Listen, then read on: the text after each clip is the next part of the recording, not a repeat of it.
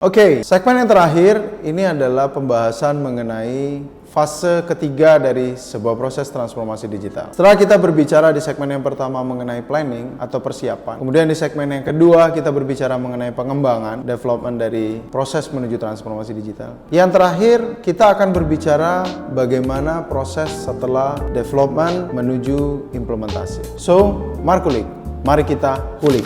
Ciao. Jadi teman-teman, setelah proses implementasi dari sebuah sistem di era transformasi digital, di unit usaha yang teman-teman jalankan, hal yang paling penting adalah bagaimana kita bisa mengukur dari performance sistem yang kita develop agar segera bisa memberikan feedback kepada unit usaha atau unit bisnis yang kita jalankan. Kalau misalnya kita bertujuan untuk meningkatkan revenue, tentunya kita harus bisa mengukur proses sampai di mana proses implementasi tersebut sudah bisa mempengaruhi revenue atau target revenue yang kita sesuaikan dengan planning transformasi. Atau kalau kita mau mengukur efektif dan efisiensi dari kinerja unit usaha kita, maka harusnya ketika proses implementasi, setelah proses implementasi berjalan, kita harus punya alat ukur untuk melihat apakah implementasi transformasi digital yang kita lakukan ini sudah memberikan feedback dalam mengatur efektif dan efisiensi dari kinerja unit usaha yang kita jalankan. Lalu bagaimana kita melakukan pengukuran? Yang pertama, kita bisa melihat dari proses bisnis dari unit usaha yang kita jalankan. Apakah ada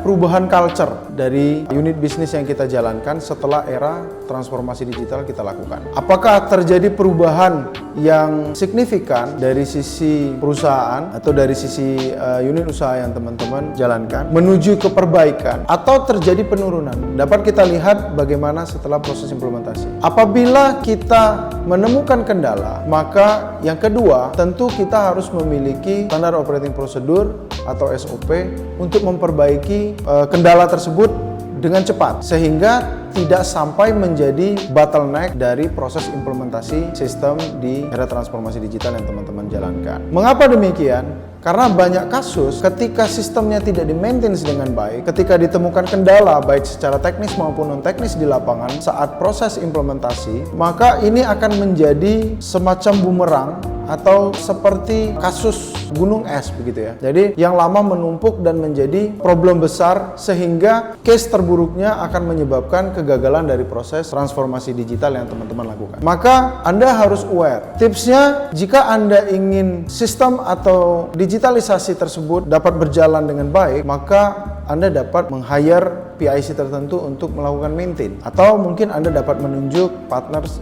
untuk bisa memaintain sistem-sistem Anda. Anda harus melihat bagaimana performance tersebut dari sisi optimasi, apakah sistem tersebut sudah berjalan dengan optimal, apakah sistem tersebut ada kendala dari sisi keamanan, apakah sistem tersebut sudah mengakomodir planning yang Anda sudah jalankan di tahap awal. Jika Anda menemukan kendala, maka parameter untuk segera melakukan perbaikan adalah mandatory dilakukan. Karena kalau tidak, seperti tadi yang saya bilang, Anda akan menemukan bottleneck dan bahkan akan menyebabkan proses implementasi menjadi gagal dan teman-teman tentunya nanti akan mengalami kerugian. Nah, yang ketiga, Anda tentunya dapat melakukan evaluasi terhadap hasil dari implementasi Anda secara berkala. Di sini akan dilihat bagaimana proses transformasi digital itu berjalan. Kalau target dari bisnisnya misalnya belum tercapai, apakah perlu ada improvement lebih lanjut, baik dari sisi teknis maupun dari sisi non-teknis.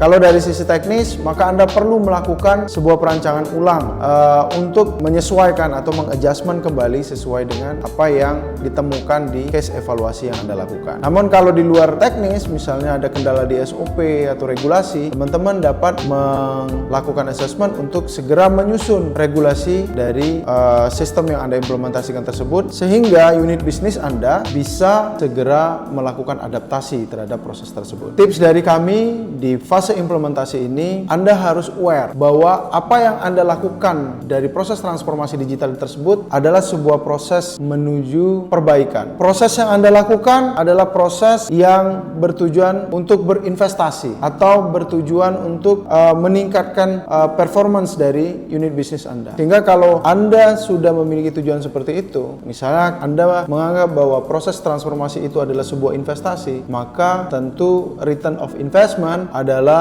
sesuatu yang harus Anda kejar. Itu akan memudahkan Anda untuk selalu berkomitmen kepada proses transformasi digital dan tentunya selalu adaptif ketika terjadi perubahan-perubahan di dalam transformasi digital yang Anda lakukan atau perubahan-perubahan teknologi yang ada di dunia. Anda dapat melakukan adjustment atau beradaptasi dengan itu. Itu adalah semua proses dari transformasi digital yang kami coba sharing di part kali ini. Mudah-mudahan dengan konten ini teman-teman bisa mendapatkan informasi dan mendapatkan hasanah yang lebih banyak mengenai bagaimana kita menuju transformasi digital.